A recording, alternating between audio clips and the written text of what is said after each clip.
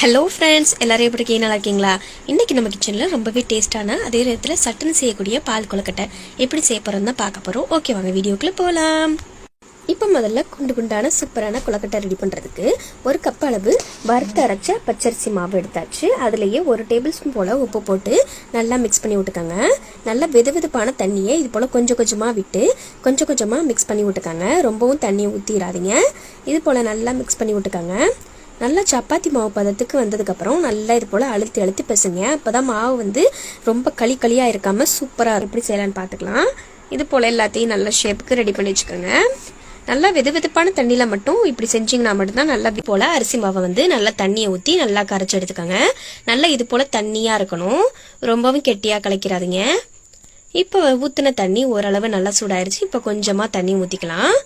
இப்போ நல்லா ஊற்றுனதுக்கப்புறம் இது போல் நல்லா கரண்டியை வச்சு கிண்டி விட்டுட்டு இது நல்லா கொதிக்க வரணும். அப்போ தான் நல்லா அந்த பச்சை வாசனை போய் நல்லா சூப்பராக இருக்கும் சாப்பிடும்போது.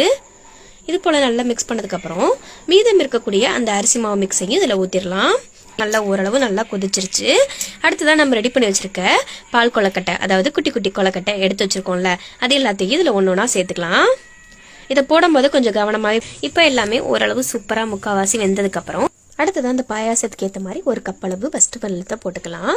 வெள்ளத்தை போட்டு நல்லா மிக்ஸ் பண்ணி விட்டுக்கோங்க. நல்லா மிக்ஸ் பண்ணதுக்கப்புறம் இந்த வெள்ளத்தோட சுவையை தூக்கி கொடுக்கறதுக்கு ஏற்ற மாதிரி கொஞ்சமாக 1 டீஸ்பூன் போல் உப்பு போட்டுக்கோங்க. அப்போ நல்லா சூப்பராக இருக்கும் ஃப்ரெண்ட்ஸ். இதில் கொஞ்சம் வெள்ளத்தோட டேஸ்ட் கொஞ்சம் கம்மியாக இருக்கிறதுனால நான் இன்னும் கொஞ்சம் வெள்ளம் சேர்த்துருக்கேன். இது போல் நல்லா வெள்ளம்லாம் போட்டதுக்கப்புறம் நல்லா இந்த பக்குவத்துக்கு நல்லா திக்காயிருச்சு.